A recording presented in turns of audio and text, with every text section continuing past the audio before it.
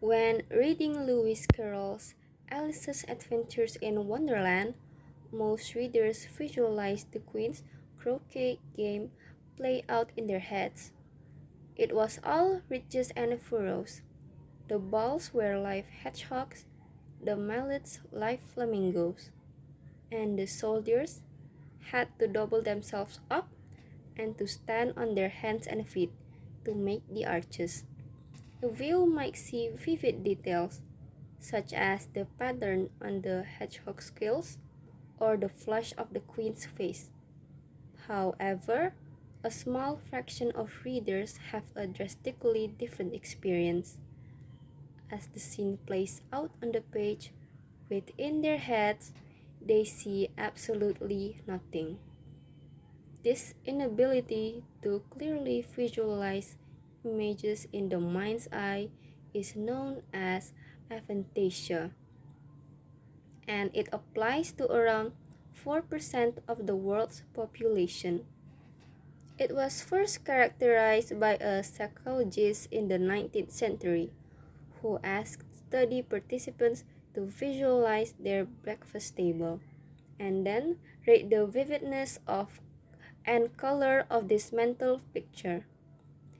He determined that mental imagery exists on a spectrum.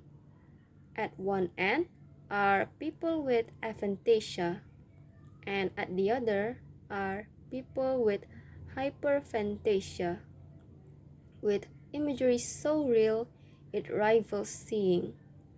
And most people land somewhere in between these two extremes.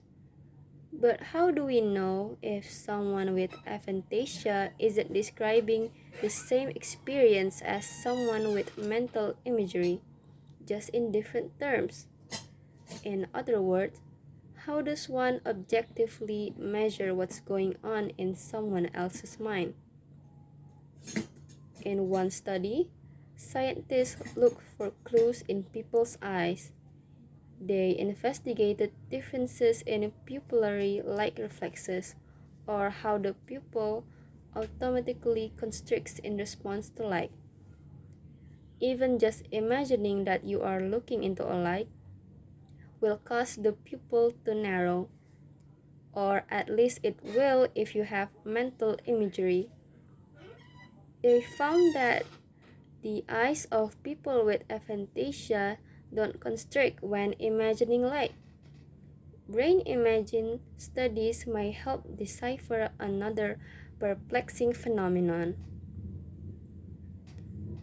People with aphantasia can see mental imagery when they dream. How this happens is likely explained by the contrasting ways the brain regenerates deliberate visualization versus dream imagery. Typically, conjuring a mental image involves multiple brain regions and is sometimes referred to as a top-down process. First, actively trying to visualize an object activates cognitive control regions of our brain. This then drives activity in regions of the brain associated with memory and vision, creating a mental picture.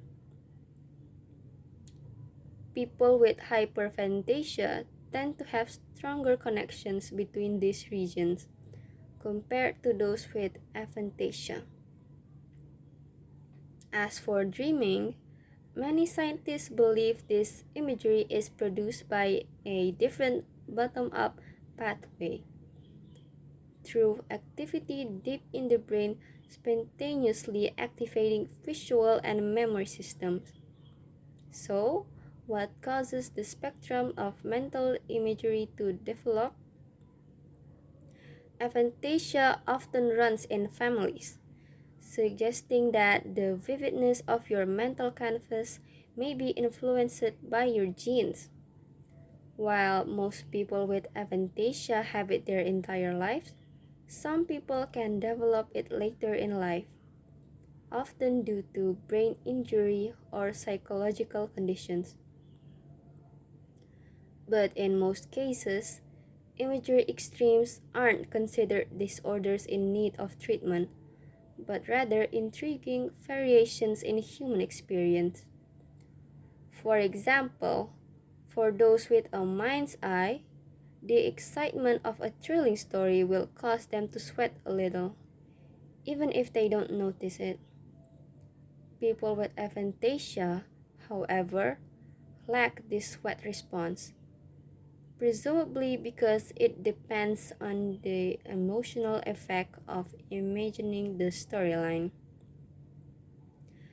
At the same time, scientists have speculated that aphantasia may be protective against certain mental health disorders, specifically those related to negative imagery, like PTSD, though more research is needed. Recalling details, like the food served at last year's holiday party, may not be as difficult for people with hyperphantasia, as they tend to have a richer memory of past events and can relive these experiences in greater detail. Differences in mental imagery may even influence your career choice.